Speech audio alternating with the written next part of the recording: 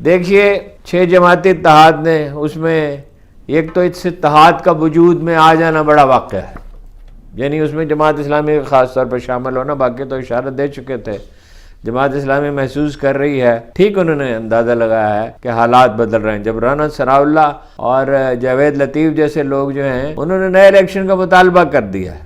इस्लामाबाद में इजलास हुआ है, उसमें जो है तहरीक इंसाफ है, जमात इस्लामी है, पख्तूनख्वा मिली अवामी पार्टी है, BNP मंगला है, Balochistan national party, Sunni Ittehad council है, मजलिस वहदतुल मुस्लिमीन है, ये लोग स्ट्रीट पार रखते हैं और मौलाना अलग से नाराज़ है। या तो कोई दे दिला के उन्हें खामोश रहे, लेकिन मेरा ख्याल है वो देने दिलाने पे नहीं इत्तफाक करेंगे, वो ले भी लेंगे। वो कहेंगे, सोमरो साहब ने कहा उनकी पार्टी के लीडर ने कि ये इलेक्शन जो है गैर मुनसफाना थे और फैसला मैदान में होगा और कराची में होगा। पहले तो उनका मंसूबा ये था कि रैली लेकर इस्लामाबाद जाएं। मेरा ख्याल है कि उन्होंने दुरुस्त फैसला किया है कि वो मुख्तलिफ जगहों पे जो जलसे करें।